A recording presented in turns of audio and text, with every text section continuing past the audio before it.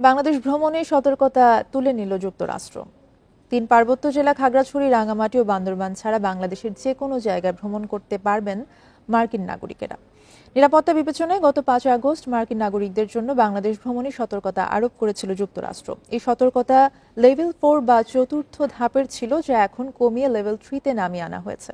আর ঝুঁকি থাকায় পার্বত্য 3 জেলায় এই সতর্কতা শিথিল করা হয়নি। সেই সঙ্গে নতুন ভ্রমণ নির্দেশনায় মার্কিন নাগরিকদের রাজনৈতিক সমাবেশ সহ বিক্ষোভ কর্মসূচি এড়িয়ে চলতে বলা হয়েছে।